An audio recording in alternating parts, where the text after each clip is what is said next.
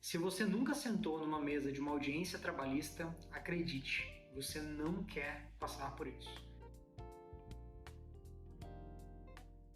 A Justiça do Trabalho no Brasil é extremamente garantista. É uma Justiça do Trabalho que herdou ali os resquícios do modelo italiano de defesa do trabalhador, de direitos do trabalhador.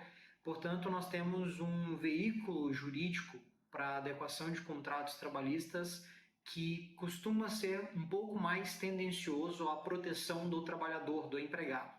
E é justamente por isso que no Brasil se instalou durante muitos anos um ambiente de muita incerteza do ponto de vista trabalhista. Muita incerteza do ponto de vista dos custos sociais de você não fazer uma contratação regular. Muitos empresários, empreendedores, empresas passaram por ações trabalhistas e, no caso de empresas grandes, ações milionárias que geraram muitos prejuízos, muita dor de cabeça e levaram empresas à ruína. Se você é empreendedor, empresário ou fundador de alguma empresa, de uma startup, é importante que você se preocupe com esse aspecto, não para que você possa burlar os mecanismos da legislação trabalhista, mas para que você possa entender o que você pode fazer, o que não pode fazer, até onde você pode ir, quais são as características do vínculo de emprego, de um contrato PJ e como você vai se resguardar e evitar o que a gente chama de passivo trabalhista.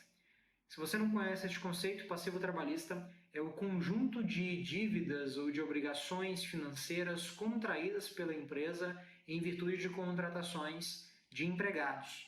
Quando a gente fala de passivo trabalhista, estamos literalmente falando de ações trabalhistas ou de acordos que você teve que cumprir para garantir algum tipo de regularidade em um contrato trabalhista, em um vínculo de emprego. E se você, como empreendedor, deseja evitar esse tipo de situação e evitar esse desgaste financeiro, burocrático, que é uma ação trabalhista, é importante que você entenda os requisitos do vínculo de emprego e, mais do que isso, adote práticas que vão te ajudar a mitigar esses passivos. E o tema do vídeo de hoje é justamente esse. Nós vamos te ajudar a entender, com 5 dicas práticas, como evitar passivos trabalhistas no seu negócio. Eu estou com a minha colinha aqui e hoje eu quero começar falando um pouquinho sobre quais são os requisitos do vínculo de emprego. É muito comum em startups e empresas de inovação que os fundadores, os empresários e empreendedores busquem mecanismos alternativos de contratação, já que a contratação de um empregado seletista com carteira assinada implica em custos sociais, em encargos sociais que acabam aumentando bastante o custo da empresa. Isso é uma realidade do Brasil, não adianta negar, você seja a favor ou contra isso, é uma realidade, a gente tem que trabalhar com a realidade. E o fato é que o custo de contratar CLT é muito maior do que qualquer outro custo de contratação em modalidades alternativas. E do ponto de vista do colaborador, da pessoa contratada, existem algumas funções e algumas atribuições que se encaixam muito bem para uma contratação PJ, uma contratação da pessoa jurídica, onde não há um vínculo de emprego, onde o vínculo que existe ali é um vínculo de prestação de serviços entre duas empresas. Mas existem alguns cuidados e eles estão relacionados à caracterização do vínculo de emprego que você precisa tomar cuidado ou você precisa se atentar na hora de fazer esse tipo de contratação. De nada adianta você colocar uma PJ do outro lado do contrato se no dia a dia aquela pessoa e o vínculo que você estabelece com ela é um vínculo de emprego. Mas Lucas, quais são então os requisitos ou características de um vínculo de emprego? Nós vamos falar sobre isso agora inicialmente. Na CLT, ou na consolidação das leis do trabalho, que é a legislação hoje principal que rege o vínculo trabalhista no Brasil, nós temos 4 requisitos de configuração de vínculo de emprego. São eles a pessoalidade, a onerosidade, a habitualidade e a subordinação. A pessoalidade se caracteriza muito por aquele aspecto de subjetividade do vínculo, ou subjetividade do serviço que vai ser prestado. É quando você efetivamente vai contratar uma pessoa específica e aquela pessoa não pode se fazer substituir por outra sem que isso gere prejuízos para a entrega. Então, no vínculo CLT, num contrato de trabalho CLT, é comum que você não tenha como se substituir. Se você tiver que se ausentar por algum motivo de saúde, por exemplo, você tem que apresentar um atestado, né? Justamente porque existe a pessoalidade.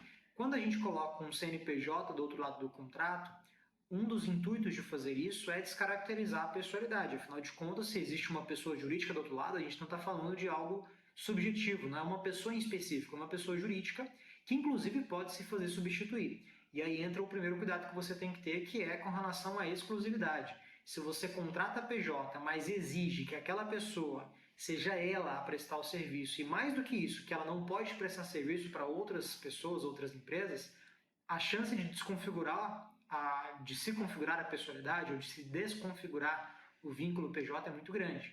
Então esse é o primeiro cuidado que você precisa ter.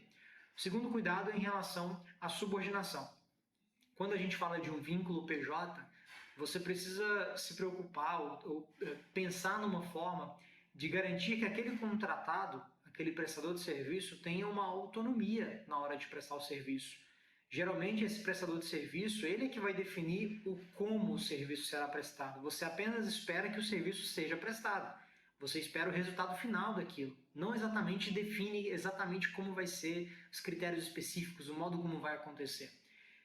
Então você tem que tomar cuidado com esse tipo de caracterização, porque se você começa a vincular muito o modo como o serviço será prestado, a definir como será prestado aquele serviço, geralmente isso vai se configurar de algum modo como subordinação, caso isso chegue na Justiça do Trabalho. Lembrando que a gente está falando aqui de uma hipótese em que o colaborador, o prestador de serviço, ele ajuiza uma ação trabalhista e quer reclamar e exigir ali a configuração do vínculo de emprego. O que eu estou falando para vocês aqui é que existem esses 4 requisitos. 2 deles, que é a subordinação e a pessoalidade, são os mais comuns e, digamos, os mais práticos para você desconfigurar dentro de um vínculo de trabalho. E, obviamente, não vai esperar que aquela pessoa haja como um empregado CLT. Né? Você não vai exigir ali daquela pessoa atestado médico por uma falta. Num contrato PJ, se a pessoa faltou ou não faltou, isso é praticamente irrelevante. O que você espera é a entrega final. Né? E vão ter ali requisitos no contrato para que isso aconteça, tá? Então esses são os 4 requisitos. Para a gente começar, é importante que você entenda isso. Nós temos artigos no nosso blog, eu vou deixar o link aqui embaixo na descrição para que você possa ler um pouquinho mais sobre esses requisitos e entenda um pouco mais como eles funcionam. Mas o objetivo do vídeo de hoje é falar de 5 práticas que você deve aplicar na tua empresa para evitar o passivo trabalhista. Vamos falar sobre elas aqui de forma personalizada.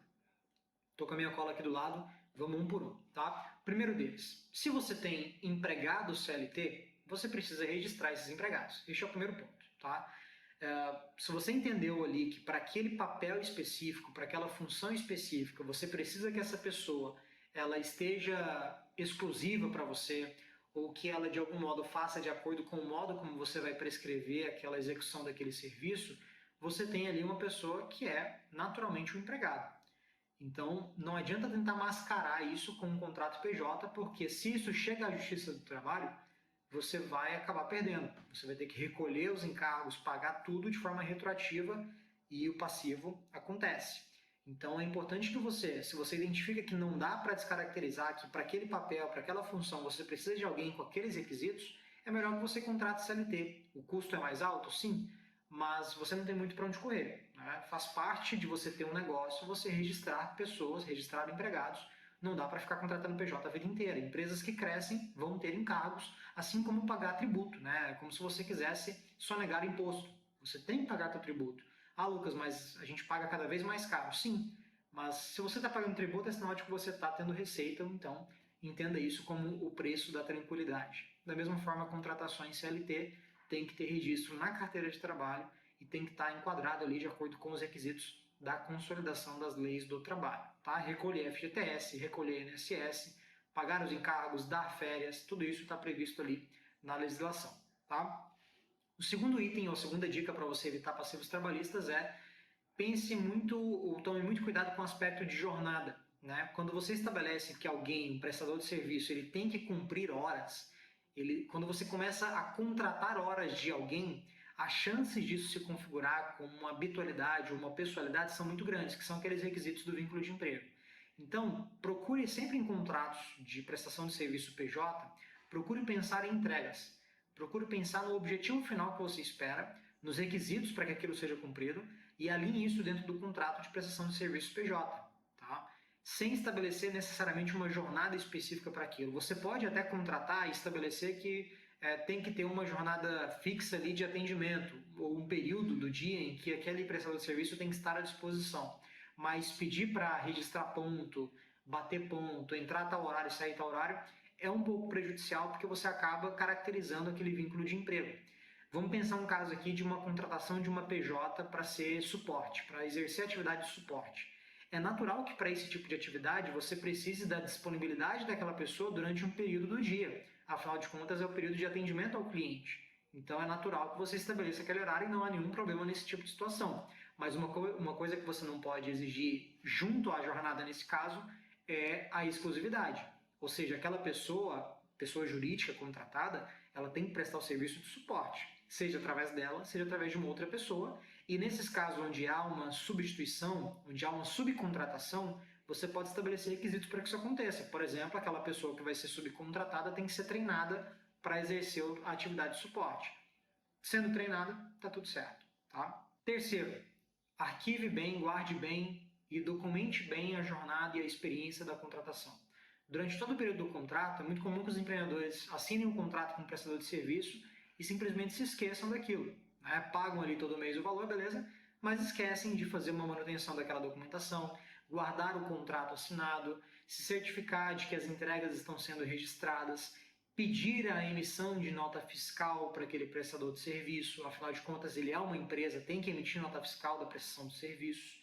São todos documentos que, em conjunto ali, se você organizar bem isso, vão servir como uma ferramenta caso de má fé aquela pessoa ingresse com uma ação judicial. Você tem como se resguardar e demonstrar que havia um vínculo ali de prestação de serviço PJ e a relação entre duas empresas, existe uma liberdade contratual muito grande, né? Porque a Lei de Liberdade Econômica estabeleceu essa liberdade de pactuação para contratos entre empresas, desde que você não enquadre aquele PJ como empregado, você não o trate como empregado.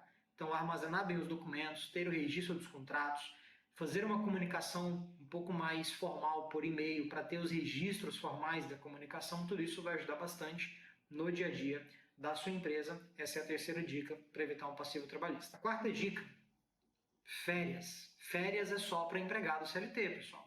Se você tem um empregado, ele tem direito a férias, está previsto na CLT. Quando se trata de um prestador de serviço PJ, não é bom ou não é interessante que você fale em férias com esse prestador de serviço. Tá? Você pode estabelecer em períodos onde aquele prestador vai ter um descanso?